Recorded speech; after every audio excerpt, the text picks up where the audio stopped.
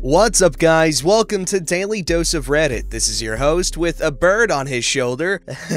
Seriously, Zach, and today's subreddit is r/ProRevenge, and it's a little cockatiel I named Miss Honey because she's sweet and she's pretty. Alright, this story's called Landlord Tries to Rip Me Off for £400, ends up having to pay me over £6,500. Last year, I moved out of a house that I had rented for 5 years with no problems. I always had a good relationship with the landlord. There are two relevant bits of background to this story. In the UK, where I live, the standard practice when renting a house is to sign a tenancy agreement for a year. At the end of the year, if you want to stay in the house and the landlord is happy with that, you can just do nothing and the tenancy will continue automatically until either the tenant or the landlord gives notice. Alternatively, you can sign a new 1-year tenancy agreement each year, which isn't really necessary, but some landlords want it. My new landlord wanted me to sign a new tenancy agreement each year. Fine, whatever. So since I rented the house for 5 years, there were 5 tenancy agreements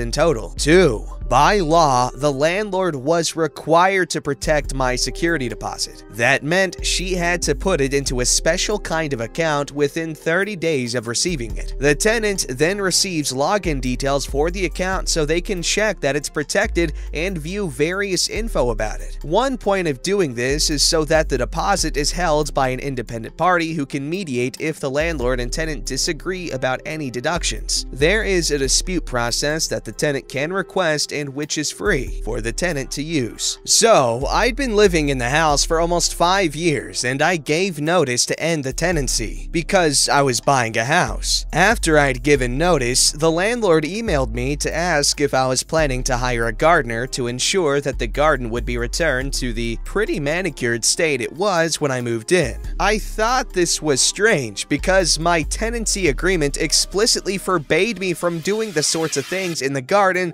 that would have been necessary to maintain its original state. Exempli Gracia, it said that I was not allowed to lop any shrubs or bushes. So all I'd been doing is cutting the grass and the hedge. Basically, that clause looked like something that a landlord would include if they planned to maintain the garden themselves. Except she didn't maintain it while I was living there. In retrospect, it seems that she didn't read her own tenancy agreement properly. I replied to the landlord's email about the garden. I quoted the part of the tenancy agreement that forbade me from doing certain things in the garden and expressed my confusion. I asked her to clarify what her expectations were about the state of the garden, given what it said in the tenancy agreement. She didn't reply, but a couple of weeks later, I received an email from her husband or boyfriend telling me that the landlord was anxious about the garden and I should ensure that it is returned to the same state as at the start of the tenancy. I replied to him and again asked for clarification given the wording of the tenancy agreement. He replied saying that he'd have the landlord get back to me herself, which she never did. Without any guidance about the garden, I just did my best with it. My boyfriend, who is an experienced gardener,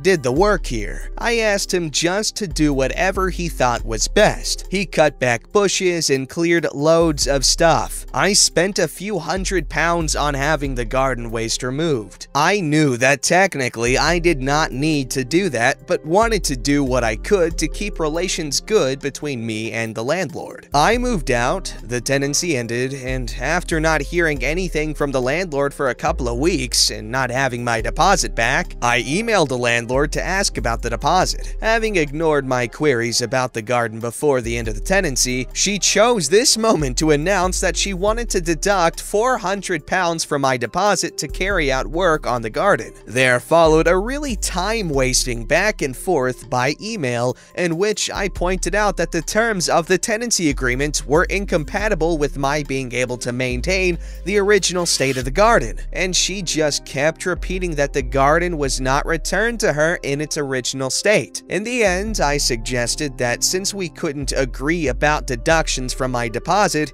we should use the independent dispute process offered by the company that was holding the deposit. That process needs to be kicked off by the landlord, so I asked her to authorize it. She didn't do that. Instead, she kept wasting my time by sending me emails trying to negotiate an amount to put the garden right, which I wasn't gonna entertain. Meanwhile, I could not log into the account where my deposit was being held. I contacted the company, and it turned out that my landlord had accidentally input my email address incorrectly when registering the deposit, which I found very strange because she had emailed me successfully dozens of times throughout the time I was living in the house, so she definitely knew my email address. Without being able to log in, I was unable to officially dispute any deduction she was proposing. There is a window of 3 months after the end of tenancy when you can dispute any deductions. After that, you either take what the landlord is willing to return or go to court, according to Justice for Tenants, who I contacted for advice. It's relatively common for unscrupulous landlords to register their tenants' details incorrectly in an attempt to make it harder for them to recover the deposits in the time frame available for disputes. I had a long back and forth with the deposit company, after which I finally gained access to my deposit account. When I got into it, I looked at the info and noticed that the landlord had not protected my deposit until the day after I gave her notice to end the tenancy. That meant she protected my deposit well after the 30-day deadline by which she was supposed to do it by law. There are penalties for landlords that fail to comply with the laws around tenancy deposits. If they break the rules and the tenant takes them to court, they have to return the full deposit plus between 1 and 3 times the amount of the deposit as compensation. Also, they are not allowed to make any deductions from a tenant's deposit if they haven't complied with the law. I emailed the landlady a bit more firmly than I had previously. Things had been cordial but increasingly frosty. I pointed out that she could not make any deductions from my deposit because she had not complied with the law. She responded by sending me quite a tantrumy, insulting email and authorizing the return of my full deposit. So yay for the deposit back, but what a freaking mean woman for insulting me when I hadn't done anything wrong. I was pissed off by the fact that she tried to rip me off and wasted hours and hours of my time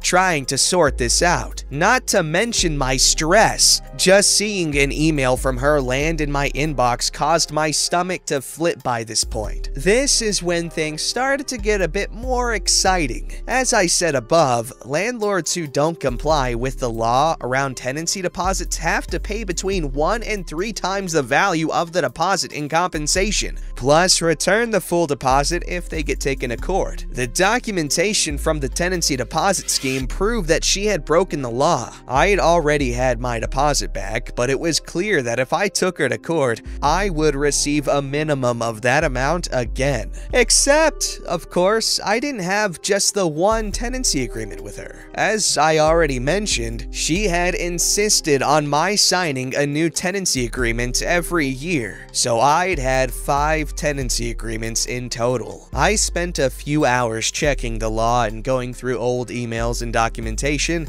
and it turned out that she had failed to protect my deposit correctly in all of the 5 tenancies I'd had with her. I had a ton of documentation to prove that. That meant that, if I took her to court, I stood to receive a minimum of not 1 but 5 times the amount of my original deposit, over £6,500. It would cost me a couple of £100 to take her to court, and I was 100% willing to do that. In fact, at this point, I was relishing that prospect. In order to take her to court, I first had to send her a letter before action, in which I set out my complaint against her and gave her an opportunity to make an offer to avoid going to court. I had a barrister friend who was helping me out at this point with advice for free. The landlord replied to my letter quite dismissively, basically saying that it was clearly just an admin error that caused her to fail to protect my deposit correctly every year for 5 years.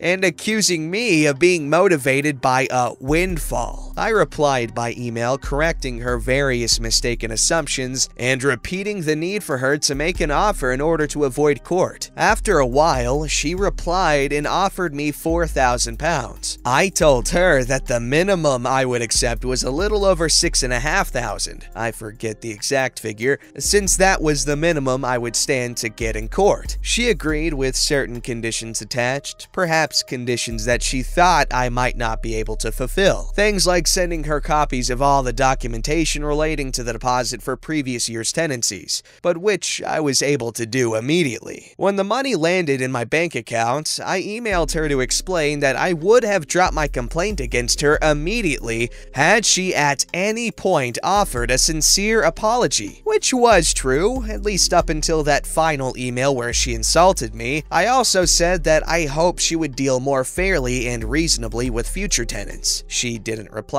I hope that I will never again be a tenant, but having spent many years being richarded around by poopy landlords and letting agents, it was a satisfying end to my renting days with such a satisfying and profitable middle finger. Hey, that's actually pretty good. I wasn't expecting her to own up and pay you what you were owed. I thought you had to take her to court, but good thing you didn't, because court fees, they suck.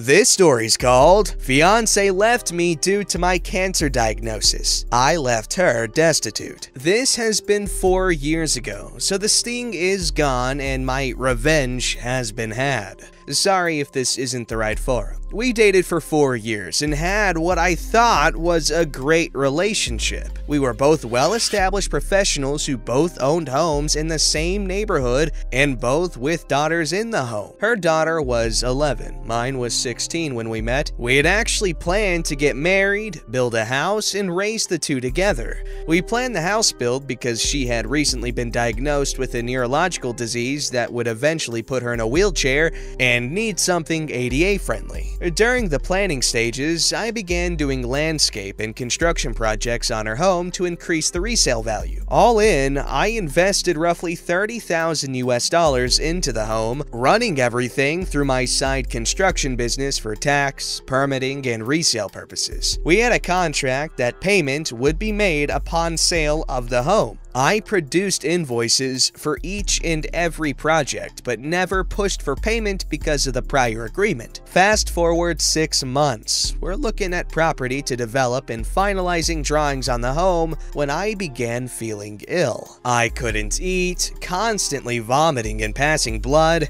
I began noticing that my abdomen looked swollen, which was odd because we were both very clean eaters and were in the gym every day. So I went to the doctors and began having tests done. During this time, she began having small cognitive issues, and the stress of her current position was exacerbating her condition. So she took a $20,000 per annum cut in pay along with a lesser position inside the company. After a month or so of different tests and a biopsy, it came back that I had a golf ball-sized tumor in my stomach and would need to begin chemotherapy. So I began chemo and radiation treatments, which made me, expectedly so, extremely ill. She was spending time helping around my place on the weekends and staying over more, to the point that they were both at my home more than theirs. At this point, I suggested that we go ahead and put one of our houses on the market and move in together until the new house was built. I have great supplemental insurance as well as a long-term illness plan,